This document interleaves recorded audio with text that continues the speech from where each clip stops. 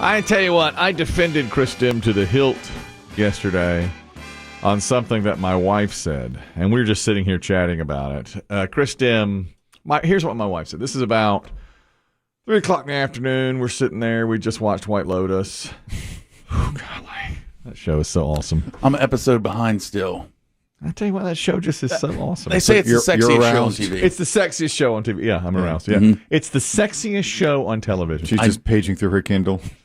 There's always sexual overtones in the show. I just watched episode 4. Remember how that ends? Yeah, with the kid. Yes, getting the. Oh yeah, yeah. That was great. There's more of that. Yeah, there's more of that.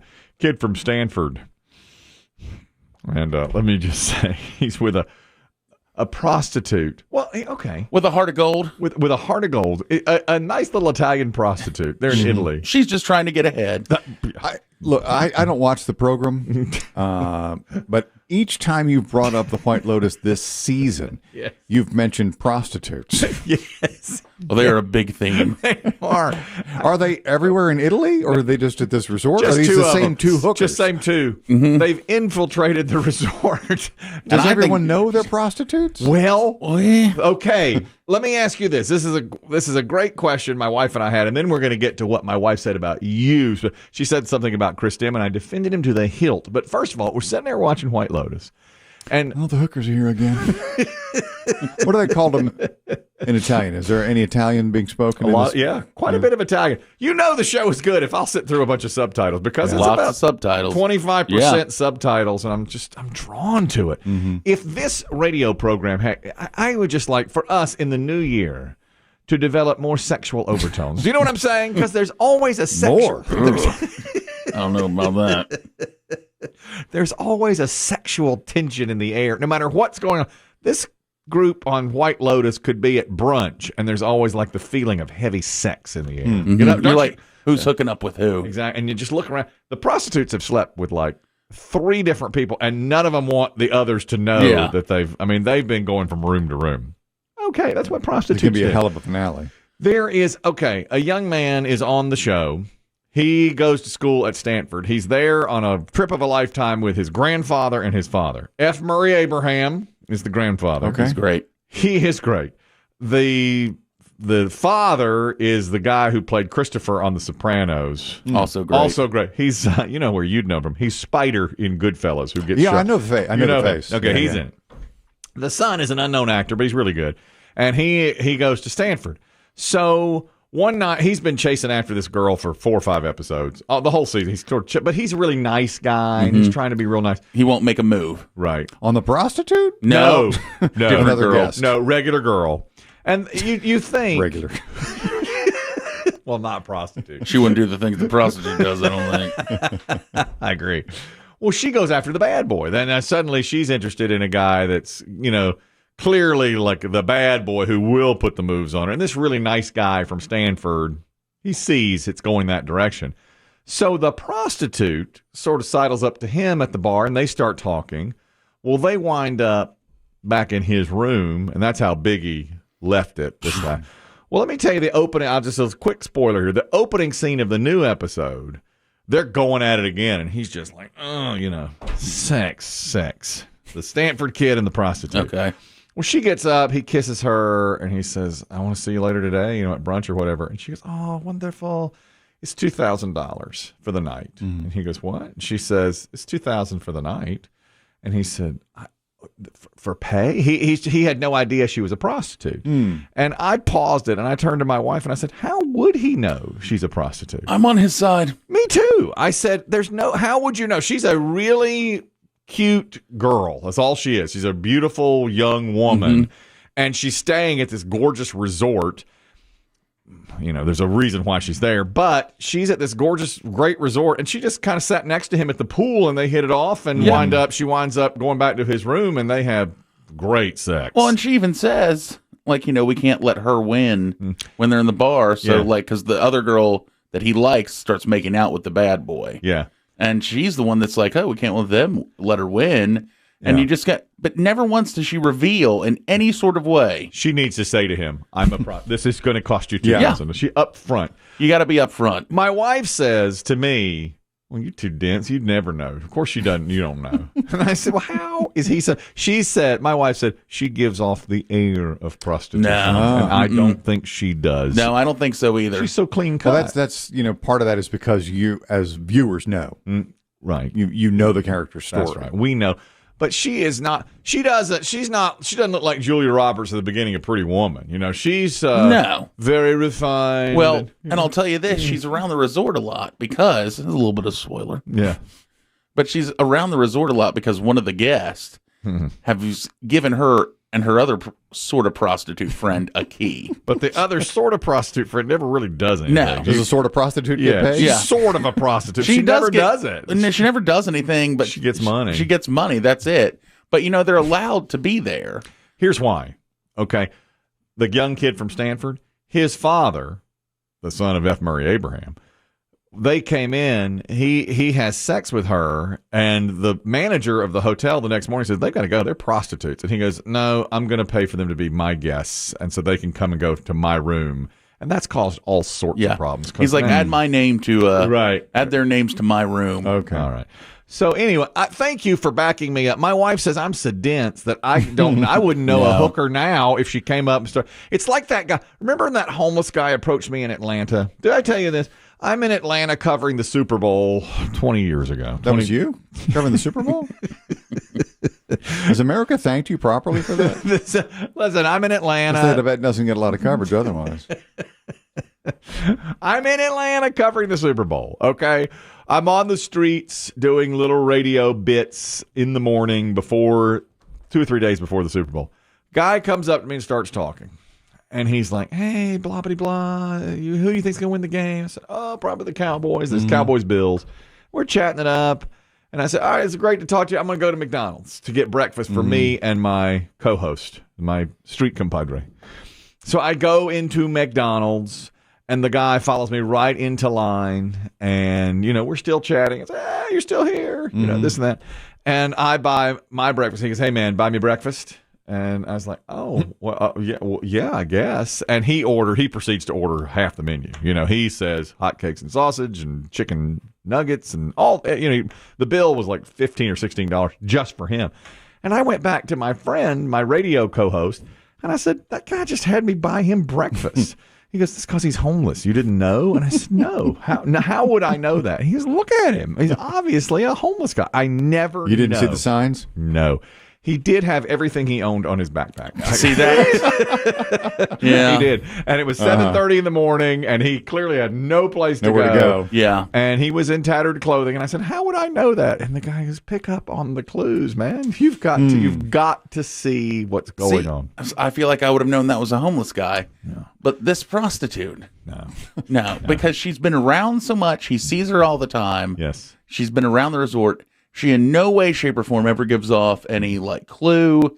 She just sits down and starts chatting him up. Right. Now, she shares icy glances with about 4 or 5 different men because they've all had sex with her, and they're all looking at her. She's still here. That's the thing. That's the problem. She's still there because the guy from The Sopranos pays her bill and lets her be there. It's causing all sorts of problems. Anyway, the point is, we need more sexual overtone on this show. That's what, and I guess Dave will have to provide. Can he step up? He has to. I guess he's the one that has to provide that. So we finish White Lotus. My wife is thumbing through her Kindle. I'm sitting there just doing whatever. And my wife says, oh, I meant to tell you, on one of Chris Demm's commercials today, he says, as 2021 changes to 2022. And I looked at her and I said, I guarantee Chris Demm didn't make that mistake. He doesn't make mistakes like that. An error that glaring. I mean, obviously that's an error. And she goes, well, I sure heard it. And I said, you misheard. And she goes, I don't think so. I heard it and made a note of the time and everything so I could tell you to tell Chris Demm that he's made this error. And I said, my friend doesn't make an error like that. Okay? If there was an error, and I'm not saying there was. Yes. It was downstairs. That's what I said. I said the only thing that could have happened there is somebody downstairs dropped the ball and aired a 1-year-old commercial in which Chris Demm a year ago said, as 2021 melts into 2022. So I looked it up. I did a deep dive on this thing. Oh, yeah. How deep? That's a crust deep. I mean, a little. I went back and looked, and she was right on the time, and I couldn't hear it. I could just look at it. And I said, well, I guarantee my friend didn't make that error. So I texted Chris Demm and said, my wife says you made an error on this. And Chris Demm said, yeah, I did. I'm going to need you to pretend that you didn't. So I win this argument. So yeah, I've gotten a couple of other emails from within the building. Oh, yes. That there was a glaring error. So you just forgot what year it was? Completely. It's happening. Not even close. Not only did I say it wrong, I typed it wrong. Oh, you wrote it? Yeah, I typed it. I typed it a month ago, 3 weeks ago. From 2021 to 2022. Yep. Which is a 1 year behind. Missed it by 12 months. Missed it by a little. The years are running together. Well, that's a fact. It's funny. Used to, 25 years ago when I was working on a different radio program, about the time we were down in Atlanta covering the Super Bowl, we used to do this game where you had to have a particular birthday. We would call a birthday. We would say April 19th. And if your birthday was April 19th and you were the correct caller, you won big money. Prize. This is a big prize. Well, it's my job after the game to take the information from the person, and I would always get them. I would say, Yeah, they had to verify. They had to verify when their birthday was, because what would happen was people would call with their friend's birthday, and then they would bring the license of their friend, or they would send the friend, and they'd split the money. And not on my watch, mister.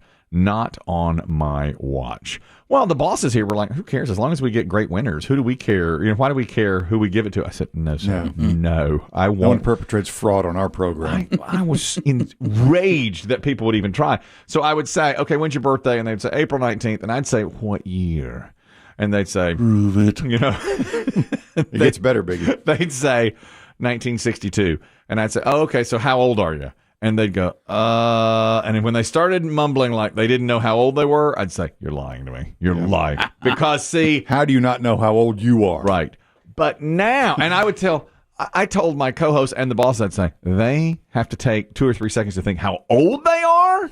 And the bosses were like, yeah, that happens when you get older, man. You don't know. You have no idea. I think not. I think not. Well, now when people say to me, what year is it? Or how old are you? I'll go, so I don't know. I don't know. When you're reborn. Right. Yeah. Well, and so I get it, So yesterday, I'd heard all these stories, and I tossed and turned all night thinking, who made the error? Who made the error? Yeah. And I came in this morning, and I found the scrap of paper that I had scribbled, and there it was in plain black and white. I can't believe not only did you say it wrong, you wrote it wrong. I mean, that really takes a little more effort, Yeah, it went from here to here, back to here, from head to hand. Yeah. And you thought. And then back to eyeballs and then mouth. I think I told you one day, probably 6 months ago, I was at a doctor's office, and you have to fill out all that paperwork, and you had to put the date on there. And I dated everything 1 year wrong. I put 21 on everything. And the whole way. And the last one I saw, like by page 8, I put it, I thought, that doesn't look right. And I went back and I'd done it incorrectly the entire time. I don't know that I've done it a lot, but I have done it. And it's not even after the first of the year, when you're liable, more likely to make that mistake. Right. This was June, I blame the pandemic. Yes. I think most of us mentally just stopped in 2019. Those years are just gray wash. Yeah. The pandemic. Somebody posted the other day, it was like happy 2020. And it's like, oh, wait a second. No, it just feels that way because everything changed then. You're right. And everything just blends together. You're right. The pandemic is such I feel like we're scarred from that. Getting through that, you're just like, that was a tough one. To get through that, to grind, still... We're just getting to the outskirts of it. But that 2020 and 2021, rough. Yeah. Rough for everybody. The whole world felt that. And look what's happening in China. They're still feeling that. I mean, they have that pandemic lockdown going on now, and the people are protesting that. And I wish them luck. They don't like protest in China. They're actually protesting in Tiananmen Square.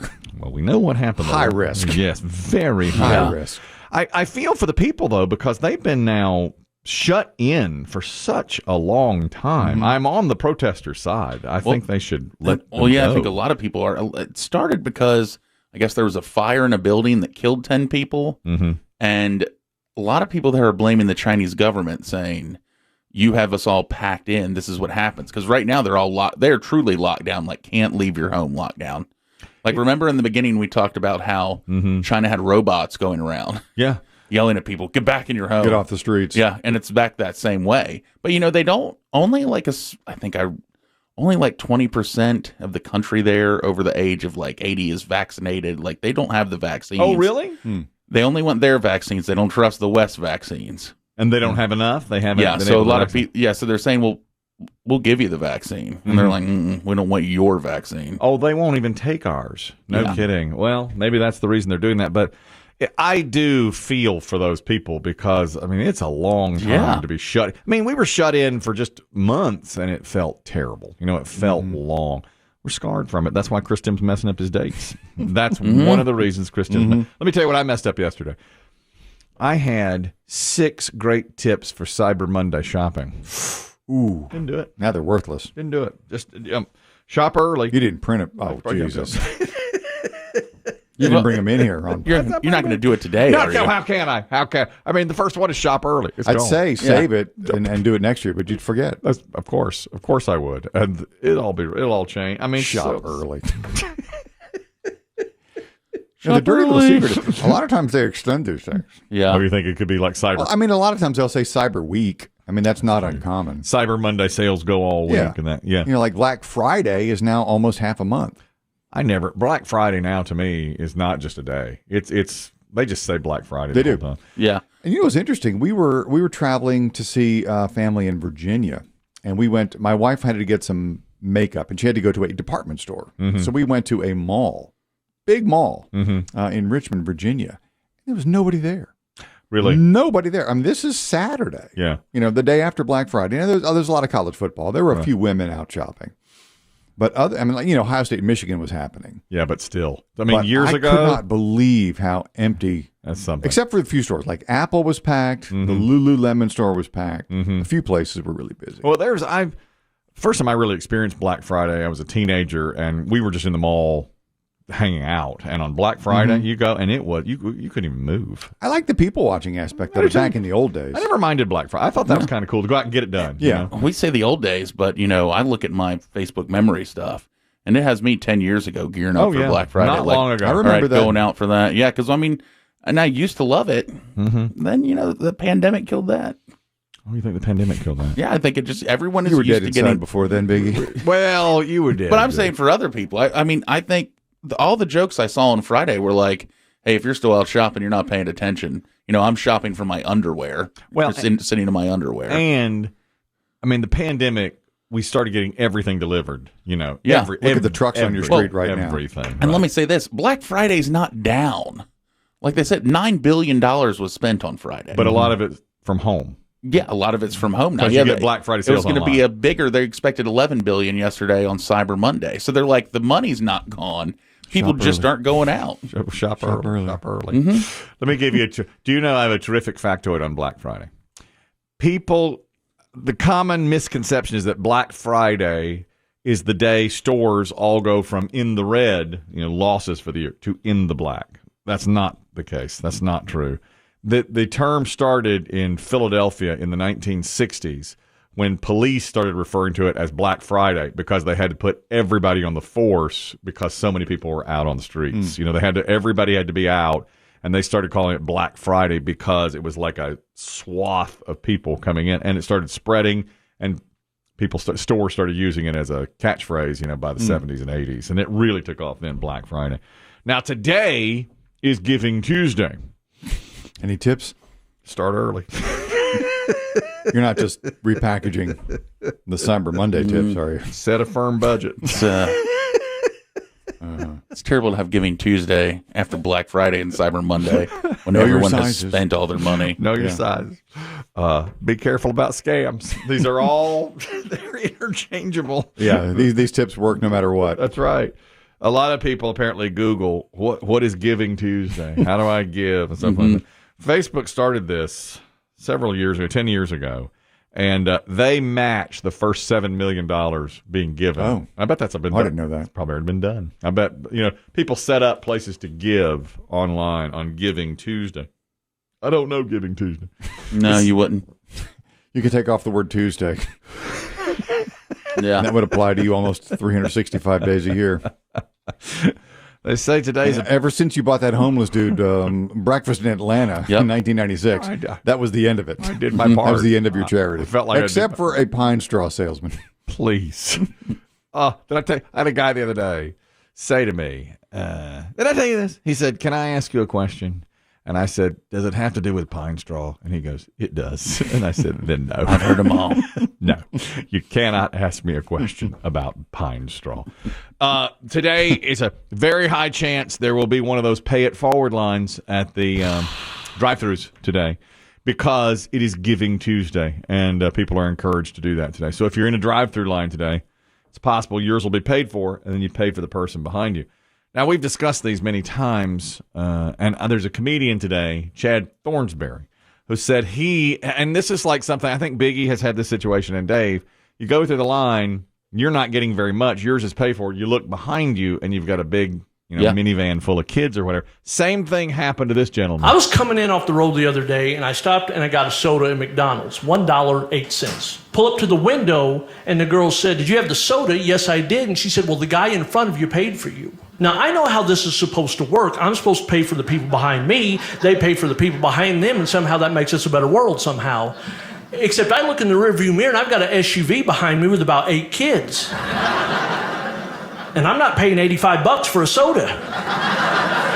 But she's in the window, and she can literally look down on me. She goes, well, the guy in front of you paid for you. I'm like, well, if I see him, I'll say thanks, and left. And so I'm telling my wife about this. She said, well, you're supposed to pay for the people behind you. I know that. I'm not going to do that. She said, we can afford it. That's not the point. She said, well, don't you believe in karma? Yeah, I believe in karma. I just got a free soda.